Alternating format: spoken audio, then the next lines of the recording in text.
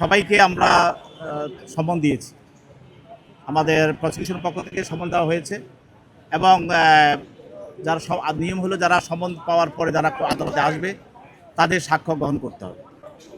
অতএব সেখানে আমরা আদালত যদি কোনো সাক্ষী আসে সমন পেয়ে, তাহলে তার সাক্ষ্য আদালতও গ্রহণ করবে এবং প্রসিকিউশন সেটা উপস্থাপন করবে, এটাই বিধান। অতএব যতজন সাক্ষী আসবে আমরা সবারই সাক্ষী গ্রহণ করব। আসামিপক্ষের আইনজীবী যেভাবে জেরা করতেছে মানে সাক্ষীদেরকে, এটা কি আপনাদের মানে কাজে কতটা সহায়তা করছে? আসামিপক্ষের আইনজীবী উনি চেষ্টা করছেন ভালোভাবে তার আসামিপক্ষে ডিফেন্স নেওয়ার জন্য চেষ্টা করছেন এবং বিভিন্ন বিষয়ে উনি তুলে ধরার চেষ্টা করছেন। উনি ওনার জায়গা থেকে আমি মনে করি যে উনি ভালোই জেরা করছেন।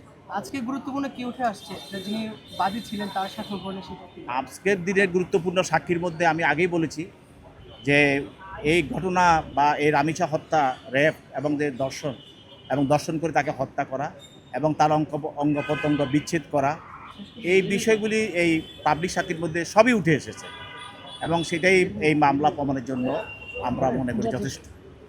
Thank you. একই আদালতে আরো তো অনেক ধর্ষণ মামলার কেসগুলো আছে, সেগুলোর কি অবস্থা?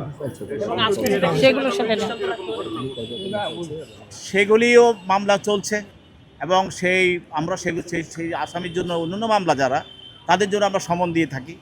সেই মামলাগুলোতে যারা আসামি আসলে সাক্ষী আসলে সেগুলো সাক্ষী নেওয়া হয়।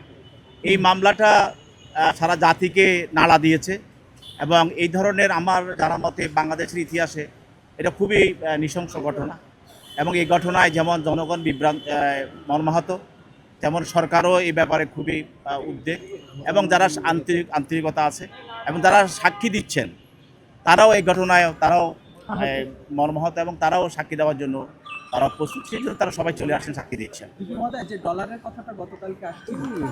এই বিষয়টা এই বিষয়ে না এই ধরনের কোনো বিষয়টাই মামলা